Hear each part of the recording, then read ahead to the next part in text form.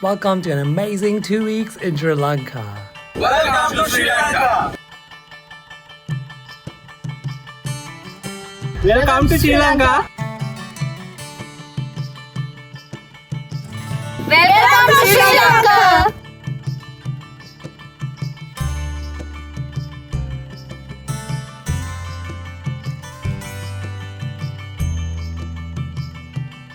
Welcome to the Pearl of Indian Ocean, Sri Lanka.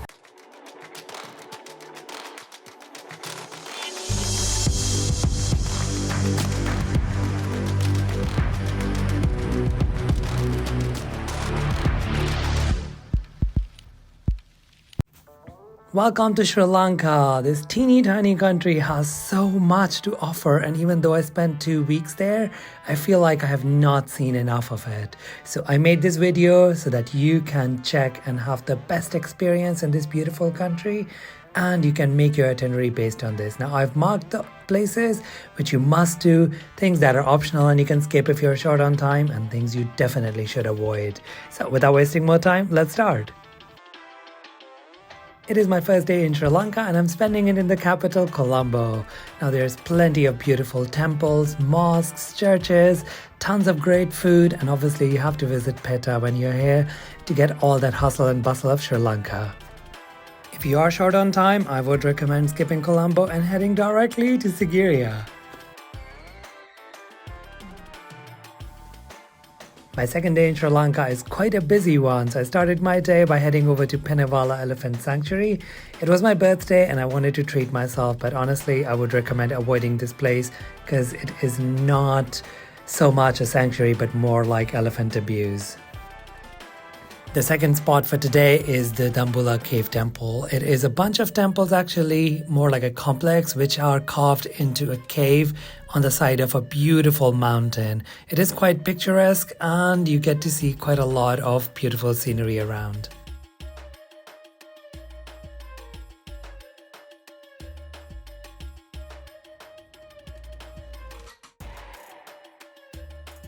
But the highlight of my second day is seeing the sunset on top of Pidirangula, right in Sigiriya.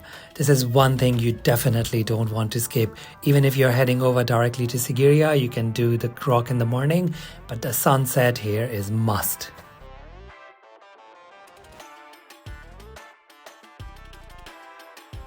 It is one of my favorite days in Sri Lanka and I'm going to climb the beautiful Lion Rock of Sigiriya.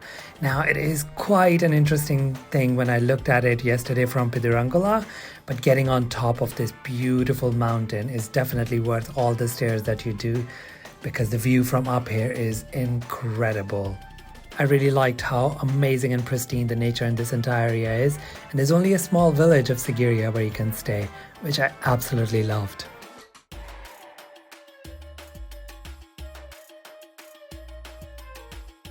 I am heading to Kandy today, but on the way I am stopping at a spice garden, which is always nice. It's so amazing to see these things on their trees, which you do not expect as such.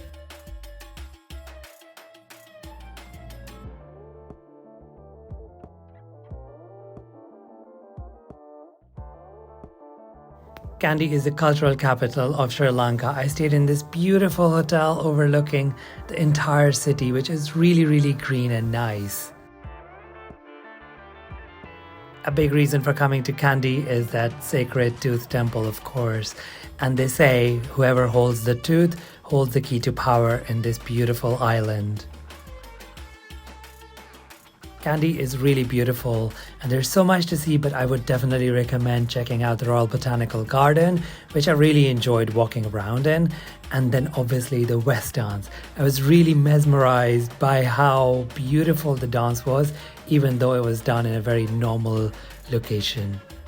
After 2 beautiful days in Kandy, I am heading to Nuwara Eliya, which is called the mini England of Sri Lanka. Nuwara Eliya is really beautiful and green, and there's tons of colonial architecture around, but the main reason for going there was the beautiful Hortons Plains for me. I spent an entire day hiking and roaming around this beautiful national park, met a sambar deer and also saw some waterfalls, but it was really nice. I would recommend bringing some warm clothes for here though.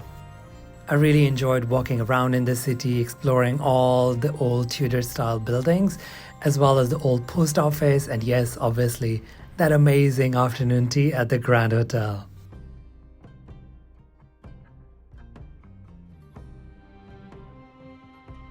It is a disaster of epic proportions if you go to Sri Lanka and do not do the train ride on the highlands with all the tea plantations around.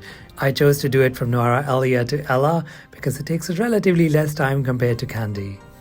It is one of the most beautiful journeys in the entire world. We passed through tea plantations, waterfalls, plains, and mountains. It was just beautiful through and through without a single second of getting bored. After arriving in Ella, I grabbed a quick lunch and headed over to the Little Adams Peak. This is one place you do not want to miss, especially around the sunset time. It is gorgeous. Have a look for yourself.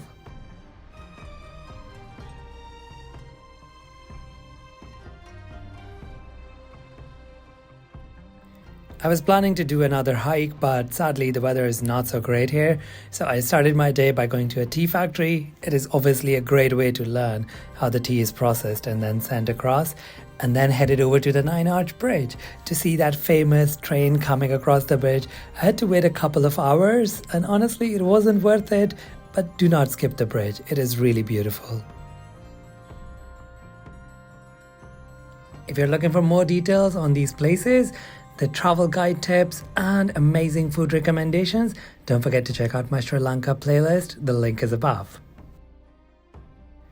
It is my 10th day and it is time to wash that sadness from Pinnawala Elephant Sanctuary, so I headed over to Udavalva, which is a perfect place for a safari. On the way, we stopped at the Ravana waterfalls, which are right outside Ella. I spent 4 to 5 hours in the safari and it was a great experience. We got to see so many beautiful herds of elephants as well as other birds and animals. But it's so good to see them in their natural environment, happy, roaming around, eating and having fun instead of being chained. This is not where happiness ends in Sri Lanka, though it is time to hit some beaches. Sri Lanka has some beautiful beaches and I started my day in Unavatuna, just get some breakfast and headed over to the forest beach, which is actually 2 beaches.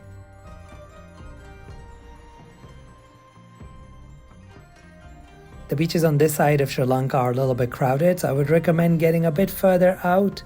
I went for snorkeling and honestly I would not recommend it because after the tsunami most of the life is dead and the corals are pretty much gone. There's not much to see. Don't forget to hit that subscribe button so I can bring you some more amazing travel destinations every week.